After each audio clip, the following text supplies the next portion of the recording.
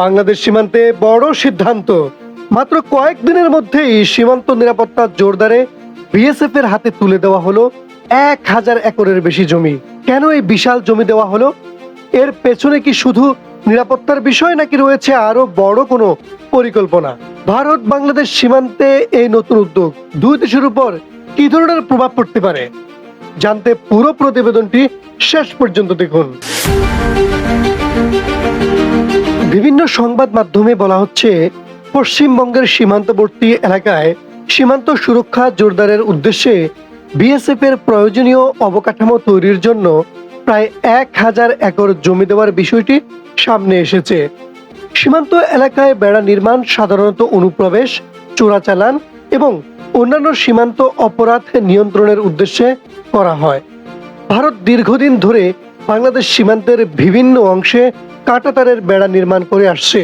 তবে সীমান্ত এলাকায় জমি ব্যবহার, বেড়া নির্মাণ এবং স্থানীয় মানুষের চলাচল এসব বিষয় নিয়ে অনেক সময় স্থানীয় পর্যায়ে নানা ধরনের আলোচনা ও উদ্বেগ তৈরি হয়েছে। ভারত ও বাংলাদেশের সীমান্ত বিশ্বের অন্যতম দীর্ঘ আন্তর্জাতিক সীমান্ত। দুই দেশের মধ্যে সীমান্ত ব্যবস্থাপনা একটি গুরুত্বপূর্ণ বিষয়। দুই দেশের সরকারই সীমান্তে শান্তিপূর্ণ পরিবেশ বজায় রাখা, অবৈধ কার্যক্রম বন্ধ করা এবং বৈধ যোগাযোগ সহজ করার বিষয়ে নিয়মিত আলোচনা করে থাকে।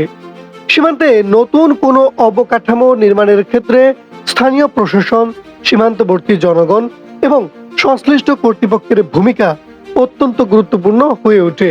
এই ধরনের সিদ্ধান্তের প্রভাব শুধু নিরাপত্তার মধ্যেই সীমাবদ্ধ নয়, সীমান্তবর্তী মানুষের জীবনযাত্রা, কৃষি জমি ব্যবহার এবং স্থানীয় অর্থনীতির উপরও এর প্রভাব পড়তে পারে।